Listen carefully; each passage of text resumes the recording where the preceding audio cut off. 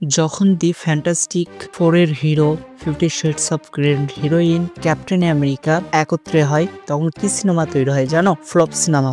হ্যাঁ, তোমরা একদম ঠিকই শুনেছো। আমি এই ভিডিওতে কথা বলবো এই তিনজন একত্রে একটা সিনেমা করেছে, যে সিনেমাটার নাম ম্যাটেরিয়ালিস্ট। আমি আসলে তোমাদের সাথে এই সিনেমাটা নিয়ে কেন কথা বলছি আমি আসলে নিজেই জানি না। এই সিনেমাটা সম্পর্কে কথা বলছি মনে হয় একটাই কারণে, যে আসলে তোমাদের বলা উচিত তিনজন বিগেস্ট কাস্ট একত্রে হয়ে কত ফালতু একটা সিনেমা তৈরি করতে পারে। এখন এটা আমেরিকাতে কি রকম লেভেলের রিভিউ পেয়েছে সেটা আমি জানি না, তবে আমায় এটা স্পেশালি একদম বাজে লেগেছে ভাই। এরকম বাজে সিনেমা আর হতেই পারে না। বিশেষ করে এই স্টোরিটা একদম জঘন্যতম।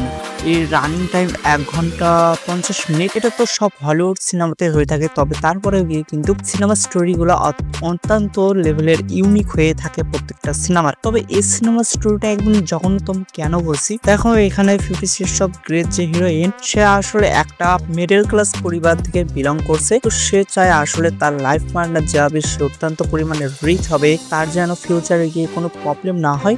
এই কারণে সে দি ফ্যান্টাস্টিক ফোরের হিরোর সাথে রিলেশনে যায়, কারণ সে কিন্তু এই সিনেমায় বেশ প্রপার একটা রিচ ফ্যামিলি থেকে বিলংস করছে। এই কারণে কিন্তু তার সাথে রিলেশনে যায়। তো এরপরে তার সাথে যখন রিলেশনে যায়, তারপর গিয়ে ফির এখানে ক্যাপ্টেন আমেরিকার এন্ট্রি দেখায়। এরপর গিয়ে আমরা জানতে পারি যে পাস্টে গিয়ে ক্যাপ্টেন আমেরিকার সাথে 50 শেডস অফ গ্রে হিরোইনের একটা রিলেশন ছিল, কিন্তু কোনো না কারণে তাদের কিন্তু রিলেশনটা ভেঙে যায় বা ব্রেকআপ হয়ে যায়। সেটা এখন কি কারণে হয়ে যায় এটা কিন্তু পরে গিয়ে জানা যায়। আসলে যে ক্যাপ্টেন আমেরিকা হিরো, সে খুব গরিব পরিবার থেকে বিলং করে। সে নিজেই স্ট্রাগল করেছে, নিজেই নিজেকে তৈরি করার চেষ্টা করেছে। কিন্তু এখানে আমাদের যে হিরোইন, সে কিন্তু টাইমের খুব সচেতন। সে নিজের সময় কখনো নষ্ট করতে চায় না। কিন্তু হঠাৎ একদিন হিরোর গাড়ি নষ্ট হয়ে যায়। এই কারণে কিন্তু হিরোইন তার উপরে বিভিন্নভাবে চটে যায় এবং তার সাথে ব্রেকআপ করে নেয়। এরপর গিয়ে ওই তো দি ফ্যান্টাস্টিক ফোর হিরোর সাথে যখন রিলেশনে আছে, তারপরে তার সাথে সর্বোচ্চ 2-3 দিন রিলেশন করে তার সাথে কোনো না কোনো কারণে এখন রিলেশনটা ভেঙে যায়।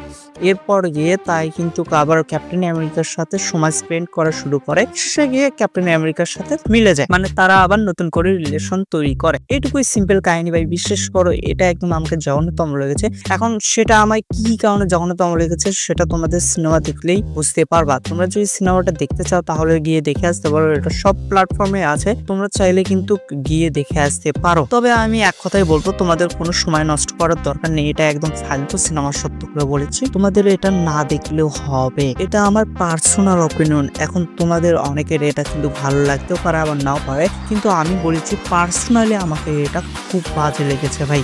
তো আশা করি আমি তোমাদের বোঝাতে পেরেছি। আজকে ভিডিওটা এই পর্যন্তই। তোমাদের সাথে দেখা হবে নেক্সট একটা ভিডিওতে। Good bye.